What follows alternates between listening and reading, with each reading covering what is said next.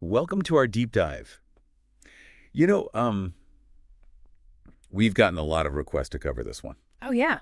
Austin Williams' YouTube video, How to Manage Your Money So You Never Go Broke. Yeah. So we're going to break down his 5-step plan today, see if we can all learn a thing or two about building a more secure financial future. It's interesting how Williams approaches personal finance, framing it as simple math. I think that could be really empowering, Yeah. for people who feel overwhelmed by money. Yeah, absolutely. Yeah. He starts by kind of painting this picture of this common trap. You Yeah. earn a paycheck and then Yeah. you spend most of it on necessities, right? Like bills and rent and groceries. Then maybe you treat yourself to a few extras here and there, and then boom, it's gone. Yeah. Nothing left at the end of the month.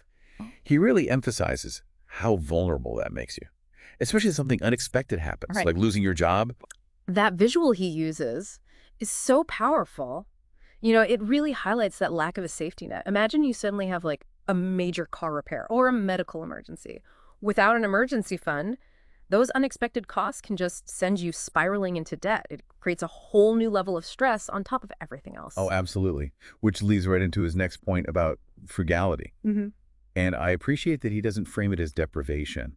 It's more about being mindful, making intentional choices with your money. Right. He suggests things like downsizing your living space, driving a more affordable car, finding ways to lower your bills. Those are such great examples. You can free up so much money without like drastically impacting your quality of life.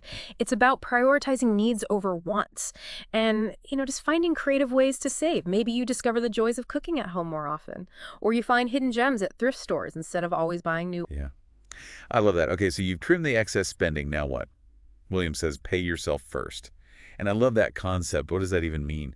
It means setting aside a small amount from each paycheck before you do anything else. Before anything else. He recommends building an emergency fund with 6 to 12 months worth of living expenses to cover those unexpected events we talked about. Yeah, this is where that sense of security really starts to take hold. Having that financial cushion can be a game changer, both practically and psychologically. Imagine the peace of mind. That comes from knowing you can handle a financial curveball without panicking. It's like having that breathing room. Once you got that emergency fund in place, Williams says it's time to start putting your money to work for you. He encourages investing in index funds through a brokerage account to combat inflation and grow your wealth passively over time. This is a great way for beginners to get started with investing. Index funds offer built-in diversification, meaning they spread your investment across a broad range of companies, which reduces your risk. And they're generally very low cost compared to other types of investments. So it's almost like you're diversifying your investment across hundreds of companies automatically. Exactly. Okay, so we've got our emergency fund. We're dipping our toes into investing. But Williams doesn't stop there, does he? He challenges us to think bigger and explore ways to expand our income streams. That's right. He wants us to break free from the limitations of a single income source. This could involve starting a side hustle, freelancing, or even launching a business like he did with his YouTube channel. What I find so inspiring about this step is that he's encouraging us to take control, to be proactive. You're not just waiting for a raise or a promotion. You're actively seeking out new opportunities and building multiple streams of income. And think about the possibilities. Maybe you've always wanted to turn your hobby into a side business, or you have valuable skills you could offer as a freelancer. This step is all about tapping into your potential and creating more financial freedom. It's amazing how empowering it can be to shift from passively receiving a paycheck to like actively shaping your financial future. Yeah, absolutely. But where do we even begin? Williams talks a lot about understanding your spending patterns. And honestly, that can feel a little intimidating. Oh, I totally get it. It's like shining a light on those little spending habits we don't always want to acknowledge. But, knowledge is power, right? Williams suggests tracking your expenses for a month or two. And honestly, that's where the magic starts to happen. You mean like actually writing down every coffee? Yeah. Every online purchase? Do you really have to track everything? You don't have to go crazy with it, but even tracking for like a week or two can reveal those sneaky spending patterns you might not realize you have. Maybe it's those daily lattes. They add up more than you thought. Or those impulse buys online. Oh, yeah. So once you have a better understanding of where your money's going, then you can start implementing those frugality tips. Exactly. And remember, frugality isn't about deprivation. It's about finding creative ways to save without sacrificing your well-being. Maybe you swap expensive gym memberships for free workout videos online, or start meal prepping To avoid those pricey takeout lunches, small changes can make a big difference. Yeah, that makes sense. It's about making conscious choices, like Williams says, and redirecting that money towards your goals. Okay, so let's talk more about building that emergency fund. He really stressed the pay yourself first concept. Well, and for good reason. Automating your savings can be a lifesaver. Set up a separate savings account, specifically for emergencies, and then schedule a small amount to be transferred. From checking to savings each month, it becomes like a non-negotiable bill, so you're consistently building that safety net. I love that it takes the willpower out of it. You don't even have to think about it. What if you can only save a tiny amount right now? Does that even make a difference? Absolutely. Even starting with $10 or $20 a week is a huge step. It's about building the habit and proving to yourself that you're capable of saving. As your income grows or your spending decreases, you can always increase those contributions. I like that. So we've tackled our spending habits, we're diligently building our emergency fund, and now we're ready to take on the investing world. Williams is all about index funds, especially for beginners. Why is that?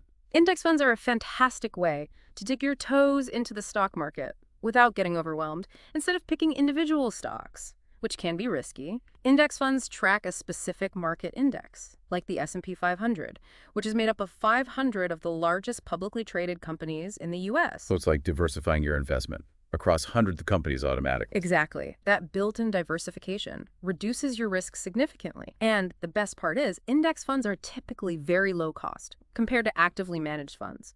You don't need a fancy financial advisor to get started. That sounds a lot less daunting than trying to pick winning stocks on my own. So how do you actually go about investing in index funds?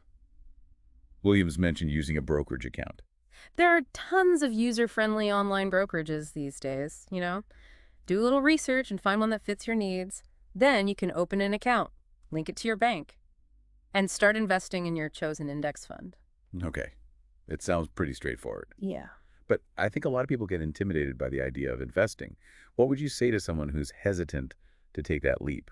Well, investing is one of the most powerful tools we have for building long-term wealth, especially when we understand how compound interest works. It's about letting your money grow over time, even if you're starting with small amounts. And remember, it's a long game. Don't panic if the market dips, Stay focused on your goals and ride out those fluctuations. Yeah, I'm getting inspired just thinking about all the possibilities. Williams talks about financial freedom, and that's what we're really working towards, right? But he also stresses the importance of expanding your income streams. That's where things get really exciting. This is about more than just saving. It's about creating new opportunities, tapping into your potential. Think about your skills and passions. Right. Could you offer freelance writing or design services? Teach online courses in a subject you love? He even mentioned driving for a ride-sharing service if you need flexible income. It's about being resourceful and proactive. Exactly. We're not just waiting for a raise or a promotion. We're taking ownership of our finances and creating multiple streams of income to build that security and freedom we're striving for. And who knows, maybe that side hustle turns into your dream career down the road. Okay, so we've explored Williams's 5 steps for escaping the paycheck-to-paycheck cycle. Yeah. We've talked about understanding your spending, embracing frugality, building that emergency fund, dipping our toes into investing with index funds, and even expanding our income streams. It's a lot to take in. But remember, you don't have to do everything at once. Yeah. Start small. What's one thing you can do today to take a step in the right direction? Maybe it's setting up that budgeting app or finally automating those savings transfers. Yeah, I love that. It's just like building a muscle, right? The more you practice these habits, the stronger you become financially. Exactly. And as you start seeing those small wins, maybe your emergency fund hits a new milestone, or you land your first freelance client. That's where the real motivation kicks in. It's so encouraging. I think that's what I love most about Williams's approach. He doesn't just give us a bunch of financial jargon. He makes it feel accessible and empowering. He reminds us that we're in control of our own financial destinies. Absolutely. It's not about being a financial whiz. It's about taking ownership, making conscious choices, and building a life where money isn't a constant source of stress. So true. As we wrap up our deep dive into Williams' advice, what's the key takeaway for our listener today? What do we want them to walk away feeling? I want them to feel hopeful and empowered. Financial stability isn't some elusive dream reserved for the wealthy. It's a journey anyone can embark on. With the right knowledge and a bit of determination. That's a great point. Williams has given us a roadmap, and it's up to us to take those first steps. Absolutely. Remember, start small. build those habits, and celebrate every victory along the way. And here's a final thought to leave you with. As you start to experience more financial freedom, what dreams will you unlock? What will you be able to pursue? That seemed out of reach before. Maybe it's starting that business, traveling the world, or simply having more time to spend with loved ones.